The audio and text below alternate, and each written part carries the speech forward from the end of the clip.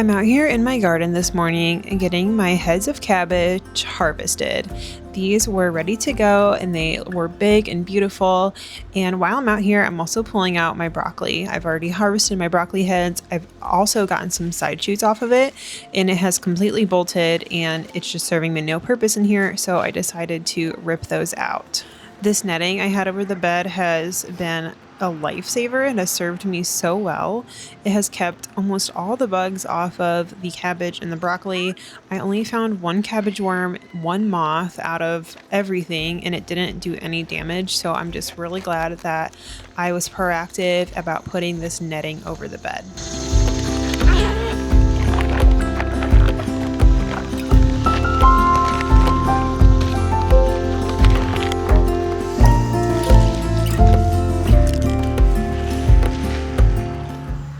I threw these old broccoli plants to the chickens and they devoured them. They didn't like the cabbage leaves as much, but they did like the broccoli.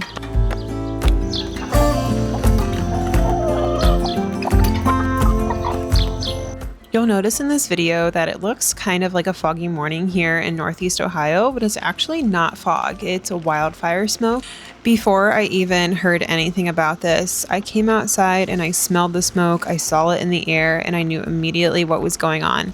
It was so strong and the air quality was so poor, but I was just out here for only like 30 minutes just getting this little task done in the garden.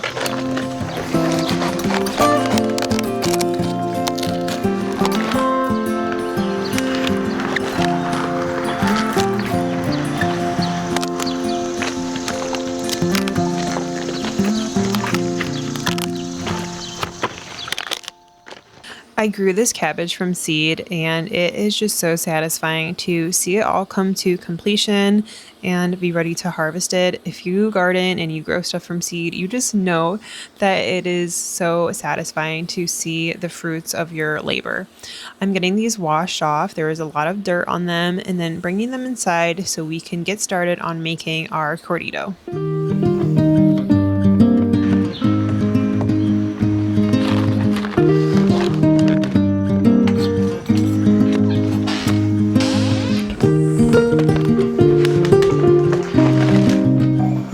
So today I'm making sauerkraut, kind of. I'm actually going to be calling this Curtido because Curtido is a Spanish sauerkraut and it has not only cabbage, but it has an onion, garlic, a carrot, and caraway seeds. So it's just a little bit different than sauerkraut. It has a few more ingredients. And I've looked up recipes for this. There really aren't that many out there. And so I just decided to put my own twist on the original Curtido and put a blog post out there for it so you guys can follow along and get all these step-by-step instructions. So I'll link that down in the description box below with my blog post. To start, I'm just pulling off these outer leaves. They're so beautiful and I don't know, maybe I'll use these in like another kind of dinner, but I kind of am just after the head for my sauerkraut. So I have my head. I'm going to cut out this stem.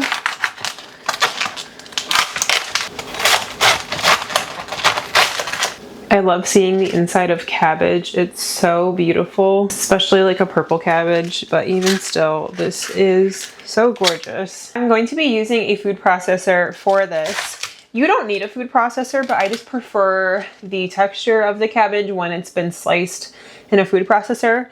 And this is my parents', I've borrowed it, so if you don't have a food processor, don't even worry about it. Just cut it up into small pieces with a knife. But I'm going to cut this up into pieces small enough to where it's going to fit inside the little tunnel there that holds the food. So I think that is about the size I'm looking for. I'm going to do a 4mm sized attachment. See if I like the size of that.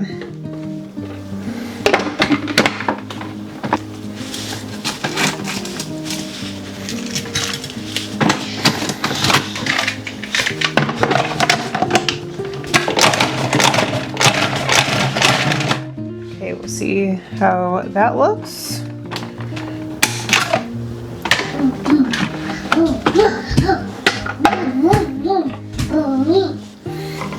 That's pretty good, but I think I'm gonna do the 2mm sized just so I can have it a little bit smaller. Sorry. No, I'm sorry.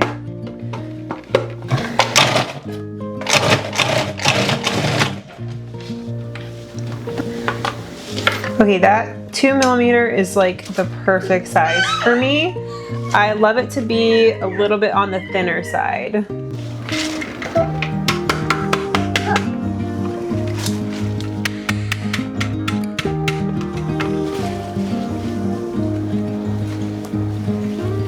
I'm getting my other vegetables prepared. This is an onion that I harvested from the garden. The garlic is also from the garden. The only vegetables in this that aren't from my garden is the carrot. That's just so satisfying whenever I get to have a meal that is almost completely from our homestead.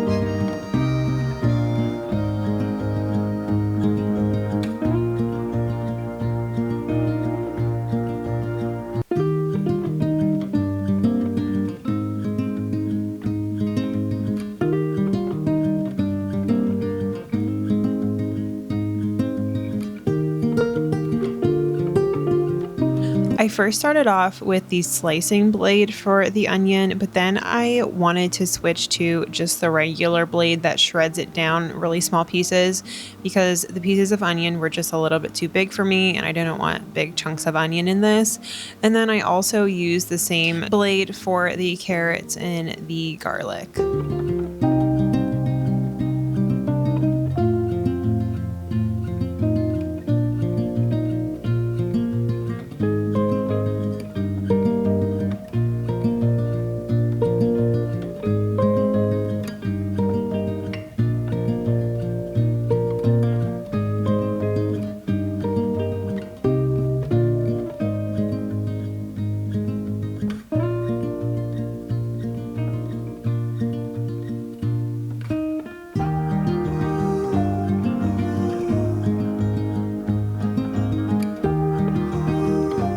I'm adding in 1 tablespoon of caraway seeds, and this recipe also calls for oregano, but I forgot to add that. So add some oregano if you would like, and then 2 tablespoons of unrefined sea salt.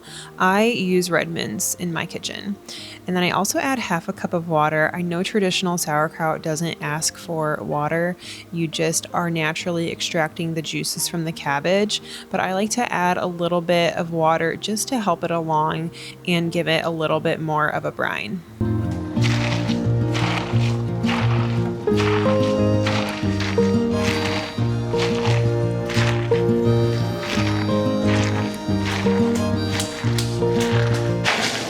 So you're going to want to massage it until the cabbage starts breaking down and becomes very soft like this. And also when you see the liquid start to pool up in the bottom and there's just like a good amount of liquid in your bowl. And I'm going to put this in here. I should probably get a funnel, but I'm not going to.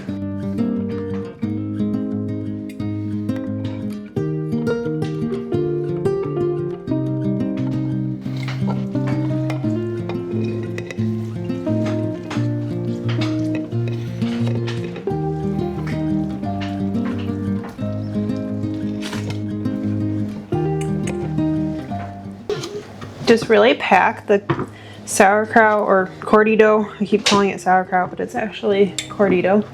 Just pack it in there really firmly, just with your fist like this, pushing it down in there.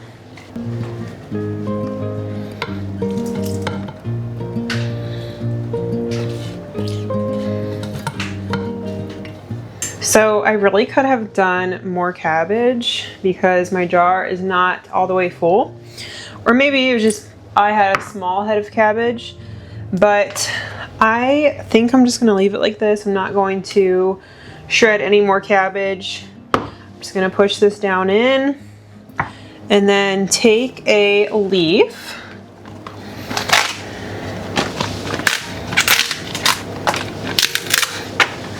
Put it in like this, just so it's not exposed to the air. And then I'm going to add a fermentation weight and place that right on top.